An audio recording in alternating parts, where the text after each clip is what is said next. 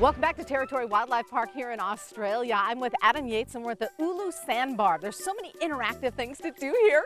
At my feet are whiprays and we're going to be feeding them. Adam, tell me about whiprays. Okay, freshwater whiprays are a poorly understood fish up here in the top end. We don't know how big they get. We don't know at what age they breed. We don't even know at what time they mature. There's no mature animals in captivity or in any museum. They pounce on that food, so we're going to see some pouncing in a second. So this is a girl, this one. Oop. She's our second largest ray in here. Here comes the baby. Can I give the baby a try? Come here. Ah!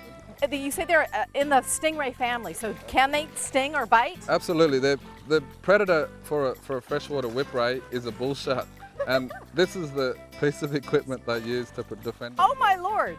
So they bite you, stab this? Yeah, it's in the base of their tail, Okay. right in the thick part of the tail. It lays flat against that tail. When a predator comes in, they lift it up and they sort of jab with it. Well, I don't know about you, but I think I'll avoid this part of the whipray. Back in Seattle, I'm not sure what's going on. We're having fun with whiprays. How about that, Jim? Megan, art that's meant to be worn and turn heads. And this Friday, it all comes alive right here at the Seattle Art Museum in an epic art attack. They're funky, outrageous, and on display at the Seattle Art Museum. Artist Nick Cave's dancing creations are designed using ordinary items. I spend a great deal of time at flea markets, thrift stores, secondhand stores. Discarded stuff like crocheted hot pads go into every suit. But here I'm using it as a medallion of sorts. When put in motion, the costumes create a lasting memory. I'm distracted with my iPhone. And get the reaction. I need the joy. It's time for some fun. Nick hopes his sound suits will inspire. This Friday, sound suits are performing during Art Attack Teen Night Out at SAM. It's a free event for teens filled with workshops, live poetry, music, DJs, photo booths, teen art tours, and more. And you can see Nick's sound suits on display right here at the Seattle Art Museum through June 5th. Megan, back to you. Well, we're going to head now to the center of Australia, the Red Centre. Now, even though it's desert, harsh and barren, there's still plenty of wildlife there. In fact, it's not at all uncommon to see road signs that say, "Caution kangaroo crossing the road," or I guess it should be hopping across the road. Well, we found a place where you're guaranteed to see a kangaroo, as well as some other Australian critters. In the hot desert sun, a thorny devil lizard stands stick still. Camouflage is his first line of defense in the harsh, barren outback. A bushstone curlew also remains motionless. It feeds only at night and won't move a muscle till dinner time. Yep, so standing, sometimes I'll even lift the leg up and stand on one leg. Guide Renata Johnny reveals how both man and beast managed to survive in the Australian wilderness. Her town of Alice Springs, located in the heart of Australia, is home to about 30,000 people, many descendants of the Aborigines. And then we've got some seeds. Who learned how to tame the outback tens of thousands of years ago. Ground it up like this here, mix it in with water. Renata explains how her ancestors survived on seeds. You'd split them in half. And grubs hidden inside bush coconuts. So it amounts to a tablespoon of water. And tree roots. Extract it, and then you can eat it raw or cooked. Demonstrations of these survival techniques are given regularly at Alice Springs Desert Park, along with an inside look at wildlife commonly found in the outback, including Australia's largest grazing animals, the emu and red kangaroo.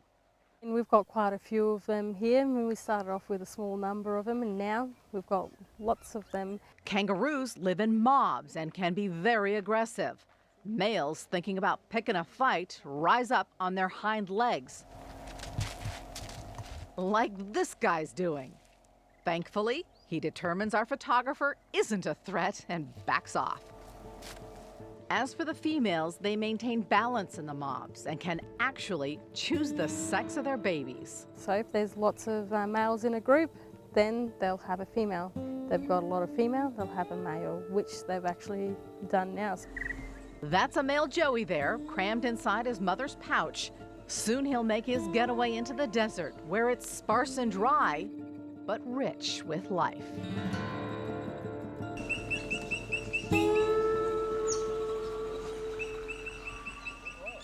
The Alice Springs Desert Park is the central version of the Northern Territories Park, but down there, you can't feed the whiprays. Come on, dude. You hungry? Oh, there you go. We'll be right back. Coming up tomorrow night on Evening Magazine. There's no adventure like an Australian adventure. Holy cow, what am I doing? Kim Holcomb goes swimming with a giant crocodile and tries some of the Outback's most exotic cuisine. Plus, the sights of Sydney with a shot of adrenaline. Suit up and start climbing. Let's do it. To the top of the Harbor Bridge. And tricks of the trade for a whip-cracking good time as we continue our tour of Undiscovered Australia. I'm Michael King in Seattle, and you may have seen him on America's Got Talent. Illusionist Michael Grasso will blow your socks off, or at least make them disappear. It's the magic of Evening Magazine. Before we go tonight, I have a little friend with me. Priscilla brought over a dog. Well, actually, it's a dingo. It's an Australian wild dog. She tells me it's a little difficult to tell them apart. Apparently, they like a good rain shower just as much as anyone here in the top end. All of the top end animals, the natives, you'll find here at the Wildlife Territories Park. If you would like to see it again, we have a link on our website. Plus, Joe Michaels has an idea for you on how you might be able to visit Australia. There's nothing like Australia, a land of adventure and friendly locals. And it's easier and less expensive than you think. For a limited time, Down Under Answers right here in Seattle is offering Evening Magazine viewers the chance to visit Sydney and Australia's Outback Northern Territory and save almost $2,000. Find the information at king5.com. Megan, back to you. Thanks, Joe. Thanks, Priscilla. The dog's name? Finnis. Thanks, Finnis. Thanks for not growling at me. Have a great night, everybody. We'll see you tomorrow. Travel support provided by Qantas Airways, with daily flights to Australia featuring outstanding service, premium food and wine, and the finest in international travel aboard the A380 aircraft. Go to Qantas.com to plan your visit. Enjoy the journey.